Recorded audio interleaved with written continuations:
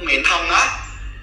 วันนี้สิ่งที่เขาทำคือกระสุนปืนคอของทหารเขมรครับคุณผู้ชมเห็นบอกว่าไม่ได้พุ่งเป้ามาที่ในส่วนของทหารเรือเลยอาจจะหาเรือหลวงเราไม่เจอเพราะเราไม่รู้จอดอยู่ในอ่าวไทยครับคุณผู้ชมอาจจะหาไม่เจอหรอกสุดท้ายแล้วคุณผู้ชมฮะสิ่งที่เขาทำคืออะไรรู้ไหมยิงมาใส่ชุมชนอีกแล้วครับวันนี้เห็นบอกว่ามันมีภาพหนึ่งคือน้องออนผู้สื่อข่าวของเราลงพื้นที่ไปแล้วบอกว่ากระสุนปืนคอจากฝั่งเขมร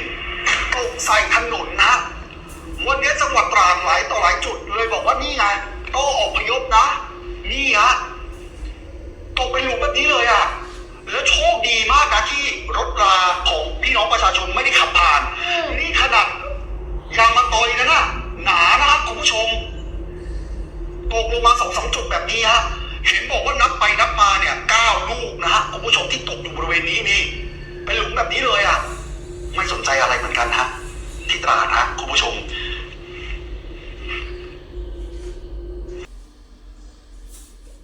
สบายดีพี่น้องสวัสดีค่ะพี่น้องจ้ามื่อนี้มาพบกับส่องสาวหลาแนลอีกแล้วเด้อมาพบมาพอกับสลาอยู่เพื่อนเด้อพี่น้องหลังจากที่ไปเที่ยวประเทศไทยมาเนาะพี่น้องเนาะก็บ่ได้ไปไสคือเก่าพี่น้องอยู่เพื่อนเอาลูกเนาะพี่น้องวิถีชีวิตแม่ลูกอ่อนเนาะพี่น้องเนาะบ่มีหยังเฮ็ดเกิดเป็นมื้อมากอะอยู่เพื่อนดูแลลูกเนาะพี่น้องเนาะส่วนพ่อแพตตี้เพิ่นก็ไปเฮ็ดภารกิจเพิ่นเนาะพี่น้องมื้อนี้ก็ไปซื้อเหล็กมาเชื่อมประตูระหว่างเพื่อนสลากับเพื่อนน้องสาวเนาะพี่น้องเนาะเชื่อมประตูฟิตไว้นะพี่น้องแต่ก่อนสลาเฮ็ดกำแพงเนาะแล้วก็จงประตูไว้เพื่อไปมาหาสู่ระหว่างกันเอ้ยน้องนะพี่น้องมื้อนี้ก็เลยสิไปซื้อเหล็กมาแล้วก็เอาตะนางมาขึงแล้วก็เชื่อมเฮ็ดประตูปิดนะพี่น้องเวลาเฮาอยากไปหากันเฮาแค่เปิดประตูเอาเนาะพี่น้องเนาะเพื่อความเป็นสัดเป็นส่วนเนาะเวลานั้นแบบว่าสัตว์เลี้ยงหรือว่าอีหยังจังเขามาบ่ได้นะพี่น้องคือยังมื้อนี้น้องสาวสลาเพิ่นก็ไปซื้อเหล็กมาเพื่อสิเฮ็ดประตูด้านหน้าเนาะพี่น้องเนาะพอแพตตี้ก็มีงานต่ออีกแล้วเนาะพี่น้องเพิ่นไปสั่งเหล็กมาก็ให้พี่อ้ายเป็นคนเฮ็ดให้เนาะพี่น้องเนาะพอแพตตี้ก็ลุยต่อเลยเนาะพี่น้องใช้คำว่าบ่มีเงินน้อยบ่ค่อยวาสนาสิ่งใดที่เฮาสามารถคั่วได้ก็คั่วไว้เนาะพี่น้องเนาะเพื่อดูแลครอบครัวเพื่อจุนเจือครอบครัวนี่แหละพี่น้องพอแพตตี้ก็เป็นคนที่แบบบ่เอียงงานเด้งานใดที่แบบสามารถเป็นเงินได้เพิ่นรับเบิดเนาะพี่น้องเนาะหลังจากที่เฮ็ดประตูให้น้องสาวแล้วสิไปเฮ็ดประตูให้เอื้อยเนาะพี่น้องเนาะคือช่วงที่สลาไปไทยเนาะพี่น้องพอแพตตี้ก็โทรไปบอกสลาว่างัวเขาสวนเพิ่นว่าเขาไปกัดกกล้วยเขาไปกัดตัวกกดอกแค่กัดยอดมะม่วงเบิดเลยว่าซั่นเพราะว่ามันเข้าทางด้านหน้าเฮือนน้องสาวเนาะแล้วก็ระหว่างประตูเข้าออกย่างไปมาหาสู่กันน่ะสลายังบ่มีประตูปิดนะเมื่อนี้ก็เลยมีโอกาสเลยโอเคซื้อมาปิดเลยเพราะว่าน้องสาวก็เช็ดประตูอยู่แล้วนะก็เลยว่าให้มันเป็นสัดเป็นส่วนไปเลยซะนะพี่น้องเมื่อนี้ก็เลยเฮ็ดภารกิจเนาะพี่น้องเนาะเมื่อต่อไปก็สิเชื่อมประตูให้น้องสาวต่อเนาะพี่น้องโอเคพี่น้องมื้อนี้สาวหลาก็สิมาขอให้กำลังใจพี่น้องชาวไทยทุกคนรวมทั้งทหารไทยทุกคนที่กำลังปฏิบัติหน้าที่ณตอนนี้เนาะรักษาอธิปไตยของประเทศไทยเนาะพี่น้องเนาะก็คือฮู้เนาะพี่น้องประเทศไทยกับประเทศกัมพูชาก็มีเรื่องปะทะกันระหว่าง2ประเทศเนาะเกี่ยวกับเรื่องดินแดนนะพี่น้องแบบยังเคลียร์กันบ่ลงโตเนาะพี่น้องมันก็ยืดเยื้อมาถึงปัจจุบันเนาะพี่น้องก็เกิดการปะทะกันแล้วรอบแรกก็มีความเสียหายในหลายแห่งเนาะพี่น้องเนาะเรื่องเล่ามันก็บ่จบนะก็เลยแบบยืดเยื้อมาฮอดปัจจุบันเนาะพี่น้องวันที่8ธันวาคมที่ผ่านมาก็เกิดการปะทะกันขึ้นอีก1 รอบก็คือเป็นรอบที่2นะพี่น้องตอนนั้นสลาก็ยังอยู่ประเทศไทยเนาะสลาก็เบิ่งข่าวคือกันพี่น้องแต่ว่าบ่มีโอกาสได้มานั่งเว้าถ่ายคลิปนะพี่น้องเนื่องจากว่าสลาก็เบิ่งลูกนะพี่น้องพอคนน้อยนี่ถ้าหากว่าบ่มีพ่อบ่มีแม่นะก็สิบ่อยู่นำไผนะพี่น้องอยู่แต่ว่าก็แบบมันบ่สะดวกสบายนะก็เลยบ่ได้มานั่งถ่ายคลิปบ่ได้มาเว้าถึงเนาะพี่น้องพอฮอดลาวแล้วสลาก็มีความตั้งใจอยากเว้าถึงเรื่องราวนี้นะพี่น้องสลาก็อยากมาให้กำลังใจพี่น้องชาวไทยทุกคนรวมทั้งทหารกล้าของประเทศไทยทุกคนเนาะขอให้ทุกคนสู้ๆแล้วก็ขอให้ทหารไทยทุกคนปลอดภัยเนาะพี่น้องเรื่องราวนี้ก็บ่มีใครอยากให้มันเกิดเด้พี่น้องแบบว่าเกิดแบบซ้ำๆนะพี่น้องสลาก็เป็นคนหนึ่งที่ติดตามข่าวตลอดเนาะแล้วก็เห็นใจพี่น้องชาวไทยเนาะเขาเจ้าคือสิใช้ชีวิตลำบากเนาะคนที่เขาเจ้าอยู่ตามกระเทบชายแดนระหว่างไทยกับกัมพูชานะเขาเจ้าต้องอพยพหลายรอบนะพี่น้องอยู่บ้านเจ้าของก็อยู่แบบระบาดระแวงอยู่แบบบ่มีความสุขนะพี่น้องเพราะว่าไท างฝั่งนั้นเขาเจ้าก็เตรียมพร้อมตลอดเวลาเพื่อที่บุกล้ำเขามาเขตดินแดนของไทยหั้นนะพี่น้องเรื่องเล่าที่มันเกิดขึ้นสลากะติดตามข่าวตลอดเนาะคืออย่างเหตุการณ์นี้เรื่องเล่านี่หั้นนะพี่น้องคนลาวใส่คำว่าเกือบทุกคนให้ความสำคัญเนาะติดตามข่าวตลอดเลยเนาะพี่น้องคืออย่างเมื่อวานนี้สลาลงไปหาเมียหอมเนาะหน้าสลาเพิ่นก็ถามสลาเนาะว่าลาได้เบิ่งข่าวไทยกัมพูชาอยู่บ่ว่าซั่นที่เขาปะทะกันอีกรอบนี้มันคือรุนแรงแท้ว่าซั่นนะพี่น้องสลาก็บอกว่าเบิ่งอยู่สลาก็ติดตามอยู่เนาะคืออย่างพ่อแม่สลาก็ค่อยเบิ่งข่าวเด้เพราะว่าเขาเจ้าสิมักเบิ่งข่าวไทยเนาะคืออย่างแม่สลาก็เบิ่งทีวีก็เบิ่งช่องไทยหั้นนะพี่น้องก็สิฮู้เรื่องราวนี้เนาะคืออย่างหลายๆคนเป็นอาบ่าวนาสาวเขาเจ้าก็เบิ่งโซเชียลนะเขาเจ้าก็ฮู้เรื่องราวนี้เขาเจ้าก็แบบให้ความสำคัญเกี่ยวกับข่าวระหว่างไทยกับกัมพูชาเนาะพี่น้องเนาะเขาเจ้าก็ให้กำลังใจหั้นนะว่าขอให้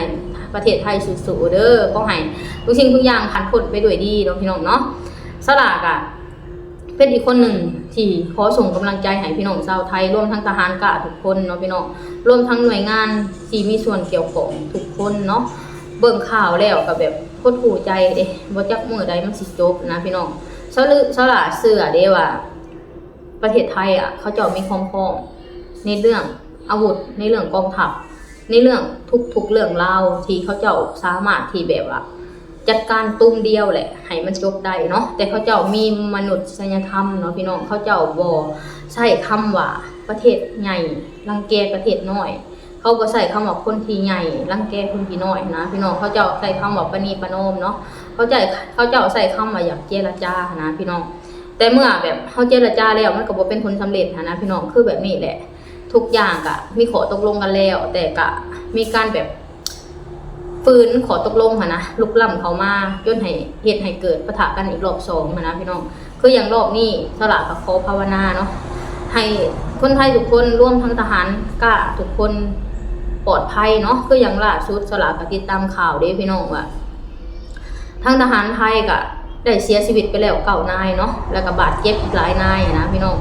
เหตุการณ์ครั้งนี้มันก็เหตุให้มีการสูญเสียอีกแล้วนะพี่น้องบ่ว่าสิเสียทหารกล้าบ่ว่าสิเสียทรัพยากรต่างๆนะพี่น้องถนนหนทางบ้านเรือนประชาชนมันเกิดการสูญเสียนะพี่น้องแบบว่ามันบ่ฮู้จุดจบนะพี่น้องมันเกิดการสูญเสียเนาะพี่น้องเนาะบ่มีใครอยากให้มันเกิดนะพี่น้องแห่งคิดเห็นหัวใจของคนไทยชาวบ้านที่เขาเจ้าอาศัยอยู่ตามตะเข็บชายแดนนะเขาเจ้าสิเดือดร้อนซำใดเขาเจ้าสิภาวะซำใดนะพี่น้องเขาเจ้าต้องออกจากบ้านจากเพื่อนที่หักต้องสละบ้านสละเรือนสละสัตว์เลี้ยงสละทรัพย์สินทุกสิ่งทุกอย่างเพื่อที่อพยพไปอยู่ศูนย์พักพิงเพื่อให้มีความปลอดภัยนะพี่น้องเขาเจ้าก็คิดฮอดบ้านเพื่อนเขาเจ้านะอยากให้มันจบไวๆเนาะพี่น้องเนาะสงสารเห็นแล้วสละกับสงสารในนามที่สละกับเป็นมนุษย์คนหนึ่งเนาะแล้วก็มีความผูกพันมีความหักในประเทศไทยนะเห็นประเทศไทยเป็นแบบนี้เจอเหตุการณ์แบบนี้เฮาก็มีความรู้สึกว่าเฮาแบบโคตรหูนะบ่อยากให้มันเกิดแบบนี้เนาะประเทศไทยเป็นประเทศที่น่าอยู่เป็นประเทศที่ให้โอกาสคนเป็นประเทศที่คนทั่วโลกอยากมาสัมผัสนะพี่น้องคำว่าปะทะคำว่าศึกสงครามบ่อยากให้มันมีในยุคนี้เนาะพี่น้องเพราะยุคนี้มันเป็นยุคศรีวิไลมันเป็นยุคที่ทันสมัยมันเป็นยุคที่แบบเจรจากันในเรื่องธุรกิจมันเป็นยุคที่แบบว่าเฟื่องฟูในหลายๆด้านนะพี่น้องอย่าให้มนุษย์ทั่วโลกมีคำว่าเอื้อเผื่อแผ่มีคำว่าฮู้จักคำว่าเจรจาให้อยู่ในกฎระเบียบให้อยู่ในกฎเกณฑ์เนาะพี่น้องเฮาถึงอยู่นำกันแบบมีความสุขนะพี่น้องอยากให้มันเบิดในยุคคำว่าปะทะอยากให้เบิดในยุคคำว่าสงครามเนาะพี่น้องเนาะเกิดกับประเทศใดกับบอดี้แน่นอนแต่สลาก็เข้าใจในหัวอกของคนที่หักประเทศชาติเนาะสิ่งใดที่เป็นของเฮาต้องปกป้องให้ถึงที่สุดเนาะพี่น้องคืออย่างทหารกล้าทุกคนที่เขาเจ้ายอมพีชีพยอมเสียสละเพื่อรักษาดินแดนของประเทศไทยสละเสือเหลือเกินว่าเขาเจ้าแบบภูมิใจในสิ่งที่เขาเจ้าเสียสละไปนะพี่น้องเพื่อให้คงเหลือคำว่าดินแดนไว้สู่รุ่นลูกรุ่นหลานเนาะเขาเจ้าภูมิใจเขาเจ้าพร้อมสิเสียสละนะพี่น้องแต่สละก็ขอภาวนาก็ขออวยพรให้ทหารไทยทุกคนรวมทั้งคนไทยแล้วก็หน่วยงานทุกหน่วยงานที่มีส่วนเกี่ยวข้องขอให้ทุกคนปลอดภัยแล้วก็ขอให้เรื่องราวนี้